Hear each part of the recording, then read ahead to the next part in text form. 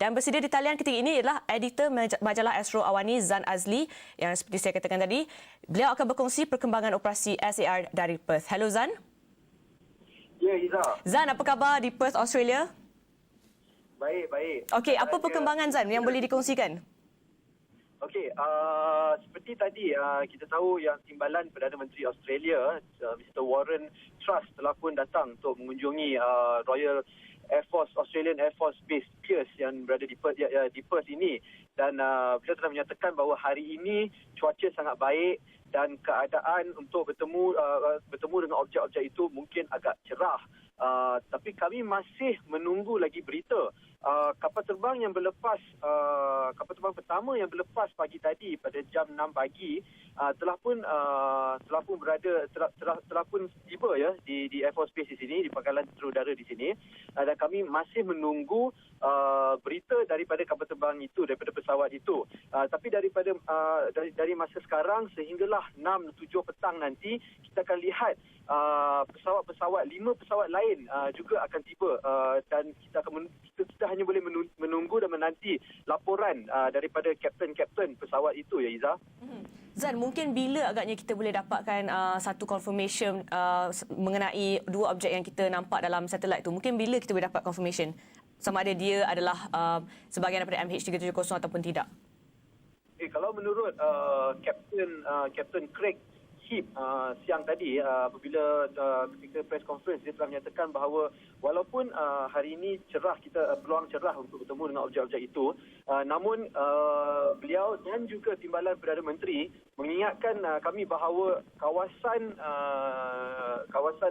yang dicari ini sebenarnya kawasan yang sangat luas, 23,000 kilometer persegi ya kawasannya, dan dengan keadaan lautan tight dan pergerakan air, pergerakan lautan, objek itu mungkin berada di mana-mana saja dalam kawasan besar ini. So mereka pun tidak boleh pasti dengan begitu pasti untuk memberitahu bila kita boleh bertemu dengan objek-objek itu.